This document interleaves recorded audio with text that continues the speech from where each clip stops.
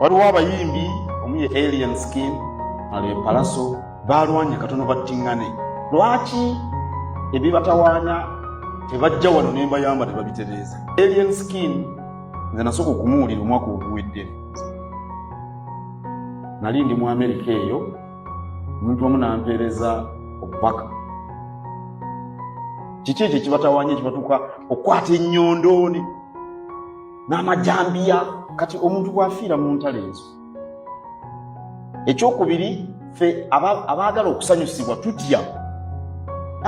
Bwe naagenda mu konsati ye Alien Skin bayinza okunkubirayo ejjambiya oba ejjinja. Kiki ekibalwanyisa kyebatasobola kuteesaako?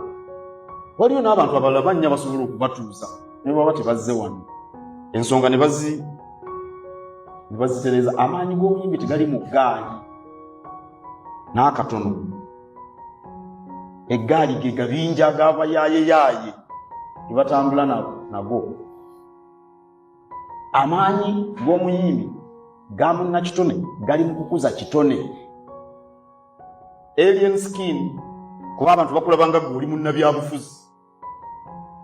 Awo nno nze ndabona ebyobufuzi ngaobuvuka wanaleewanamumaka naye amagezi geebawa mujja kulwana amaaso mugajjemu mufe ate bali ababalwanya babasuuleewo.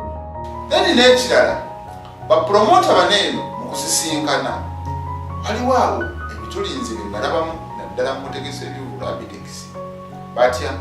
Waliwo awo omuwala muyimbi akoze bulungi omwaka oguwedde ololya Boogie akatambike kavaayo ne kafuluma. Bwe kafuluma Abitex ye n'agamba bano be bakeeteeredde era asobola okugenda awo ku UCC n'agenda ekibuli CID headquarters n'avaayo bw'atyo okukakana nga ataddemu amaanyi nga bakutte Gloria Boogie era basobola okubeera nga bamuta naye at least nga bamukutte. Era ng'ono agamba ekikolwa kye yakola yali ayagala n'abayimbi abalala oba abantu bonna abalowooza okukola oba okuta obutambi bw'obusengu bwebafune ettutumu balabire ku ono newankubadde era ono yateebwa kubanga yeyeewozaako n'agamba omuntu yali yakwata oba yata obutambi obwo twasobola okubeera nga tumukwata era tumutwala ku poliisi ebinabigwerawo.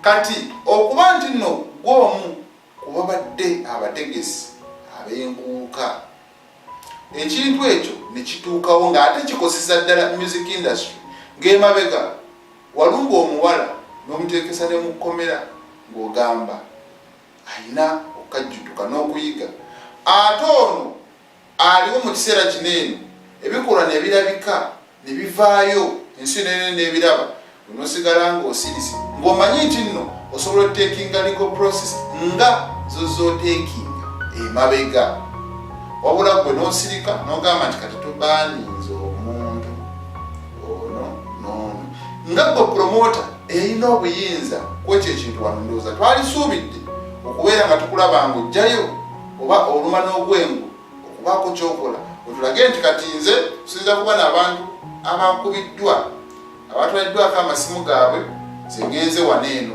ndoopye era tuli mu munoonya kino na kino kubanga poliisi mu kwogera kwayo yagambye nti Alien Skin ye yagenda n'aloopa tibayononye ebintu bye n'ebirala naye ate Palaso ye tannaloopa.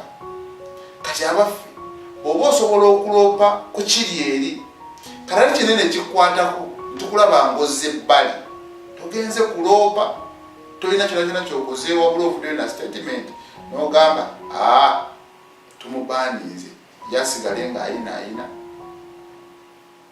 n'ebirala. Kino nkyogedde lwaki? Nkyogedde lwa nsonga nti abayimbi baneeno kati oba bapromota baneeno kati ng'oyo ye bw'amala okumanya nti kati akasente kavuddeyo akatadde waneeno mu nsawo ng'asirika kati ng'agoba kirala sawa zineeno atunudde ekivulu kya kasali mu kusaasira kiryabala kyawedde amanyize yafunye kati ebisigale tebimukwatako.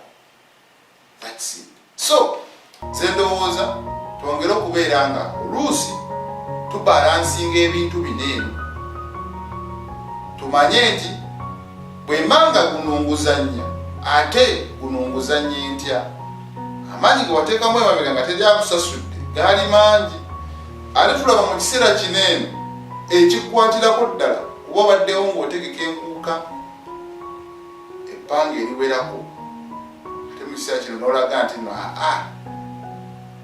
ekyo kinkwatako nnyo ziraba wabeerawoko kukyekubira tonotono kale kubadde kuwabula temutwala bubi zisiga wamulishika